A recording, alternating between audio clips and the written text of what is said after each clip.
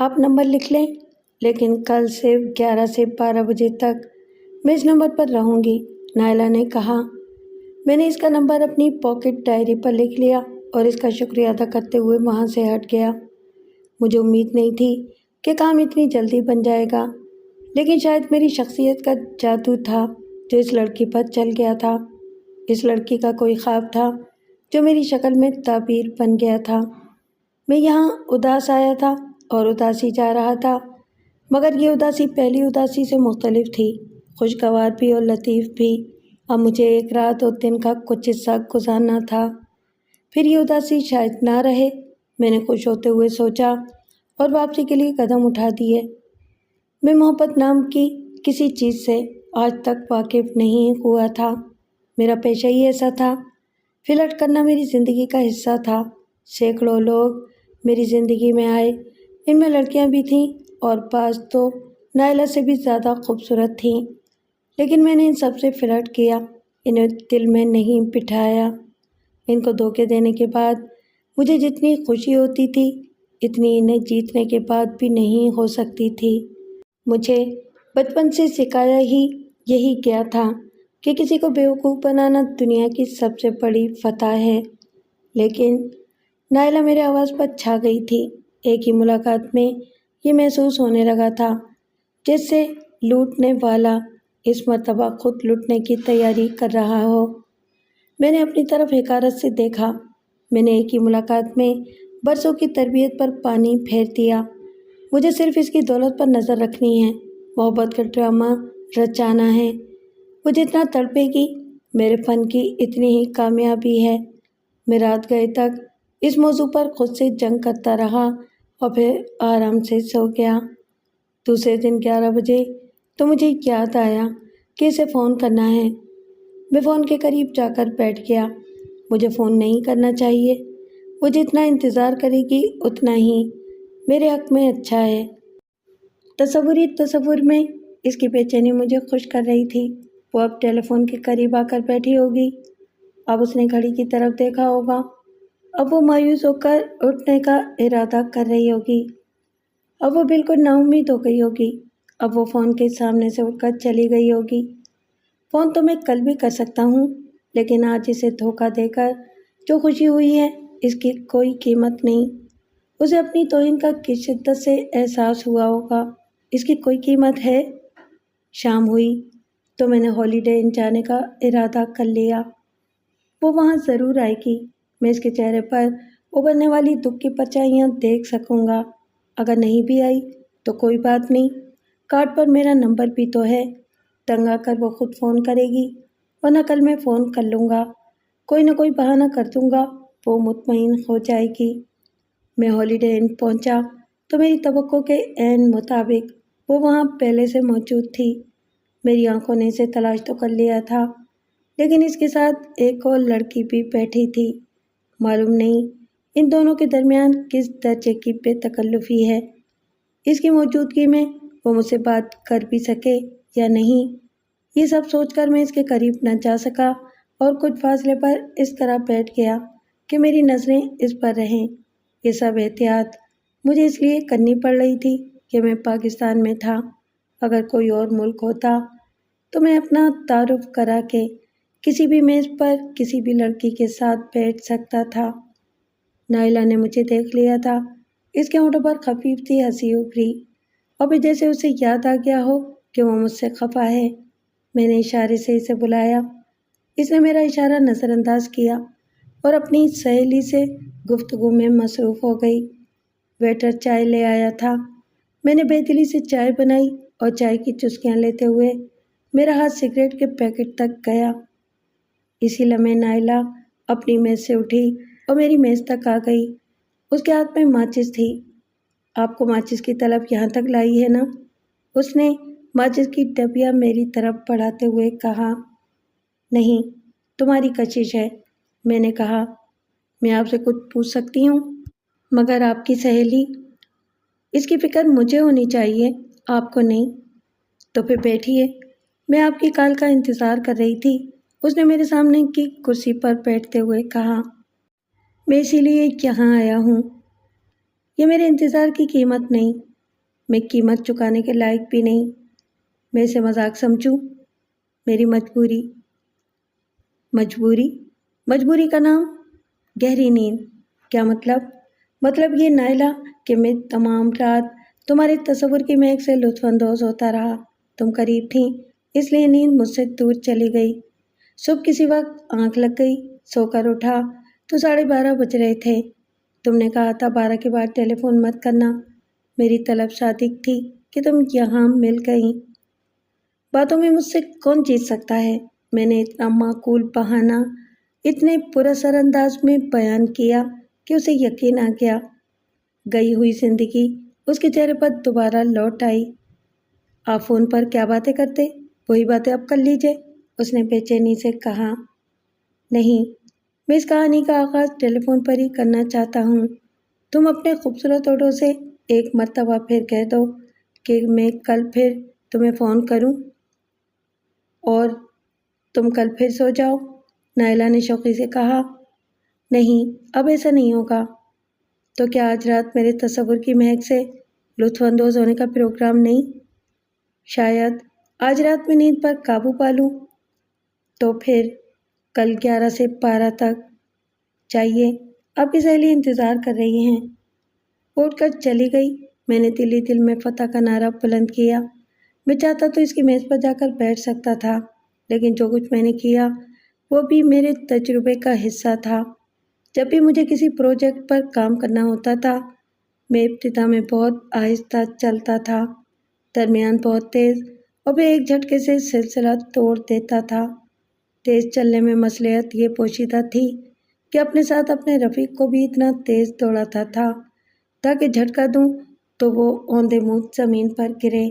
یہ میرا تجربہ تھا جس نے مجھے ہر مرتبہ میں آہستہ آہستہ چل کر نائلہ کی آتش شوق کو بھڑکانا چاہتا تھا، اس منظر سے لطف اندوز ہونا چاہتا تھا جس سے وہ دوسرے دن میرے فون کے پہنچنے تک گزرے گی۔ دوسرے دن وقت مقررہ پر میں نے اس کا نمبر ملایا۔ وہ شاید فون سے لگی بیٹھی تھی۔ دوسری گھنٹی پر ہی اس نے فون اٹھا لیا۔ ہیلو ہیلو ہیلو میں نائلہ بول رہی ہوں۔ اتنی گھبرائی ہوئی کیوں ہو؟ سزا سننے کے انتظار میں۔ میرا نام دانش وقار ہے، کسی کی شامت نہیں۔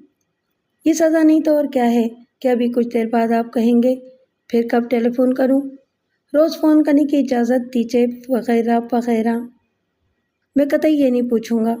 پھر کیا پوچھیں گے؟ میں پوچھوں گا اب آپ کہاں مل رہی ہیں؟ جہاں آپ حکم کریں۔ تو پھر اسی ہوٹل میں؟ اب چھوڑیے بھی اس ہوٹل کی جان، بس ڈنر وہاں کریں گے، اس کے بعد لانگ ڈرائیو پر نکل جائیں گے۔ بہت سی باتیں بھی تو کرنی ہیں۔ میں وقت مقررہ پر ہوٹل پہنچ گیا۔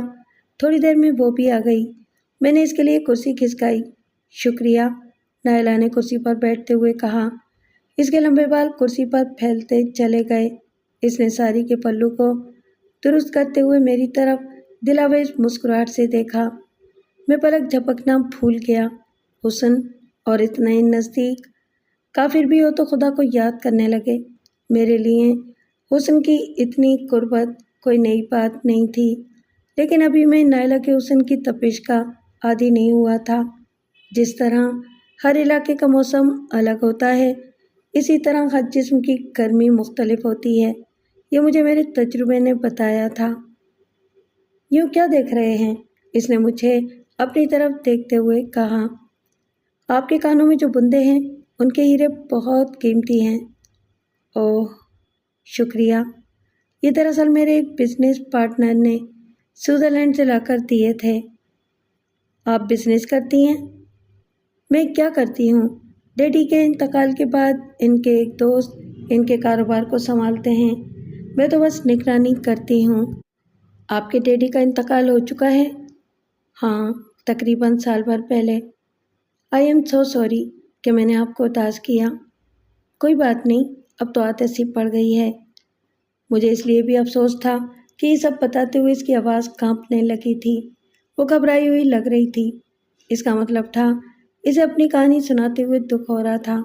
میں نے اس کا دھیان بٹانے کے لیے بات کا رخ ایک مرتبہ پھر بندوں کی طرف موڑ دیا۔ آپ کو ہیرے بہت پسند ہیں؟